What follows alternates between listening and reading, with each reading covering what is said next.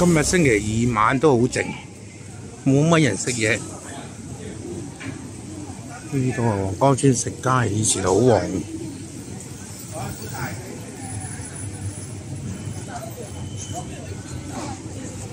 呢間東北餃子喺度最耐，其他嗰啲都轉晒啦。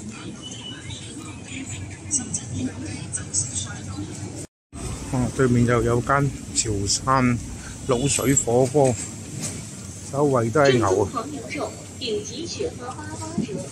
間永和都好多年㗎啦。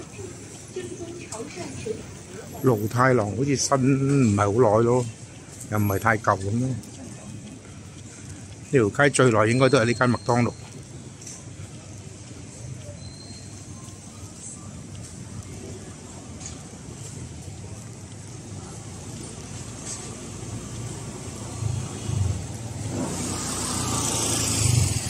全部都係食啊！黃江村仲多過水圍嘅，而家食嘢。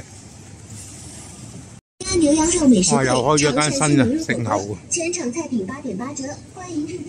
食牛過翻對面嗰啲啦，200啊，軍記嗰啲老字號。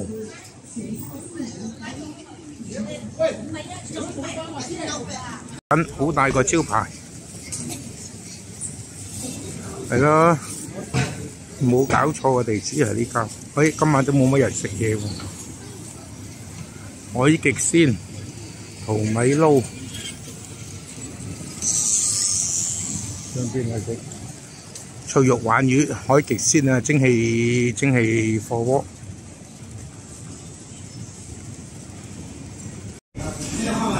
炭滷雞煲、清遠脆皮雞。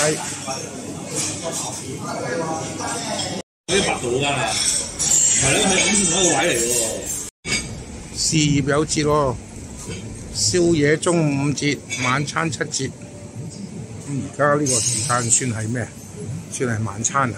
夜啲嚟咪抵啲。炭火平下平嘅，但係啲嘢都暫時都仲 OK 咯。個餃，個豆腐好食啊！呢個豆腐好食喂。